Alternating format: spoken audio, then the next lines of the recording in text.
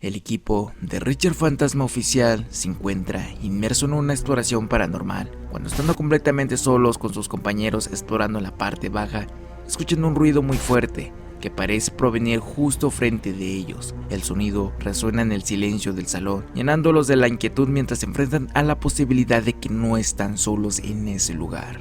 Atentos. Hola.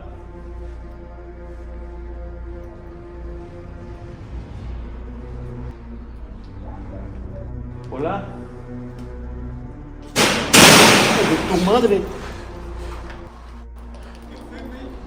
No sé, güey. Espérame, no sé, güey.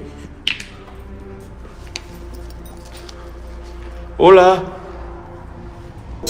Si quieres ver la exploración completa, búscala en el canal de YouTube Richard Fantasma Oficial. Buenas noches.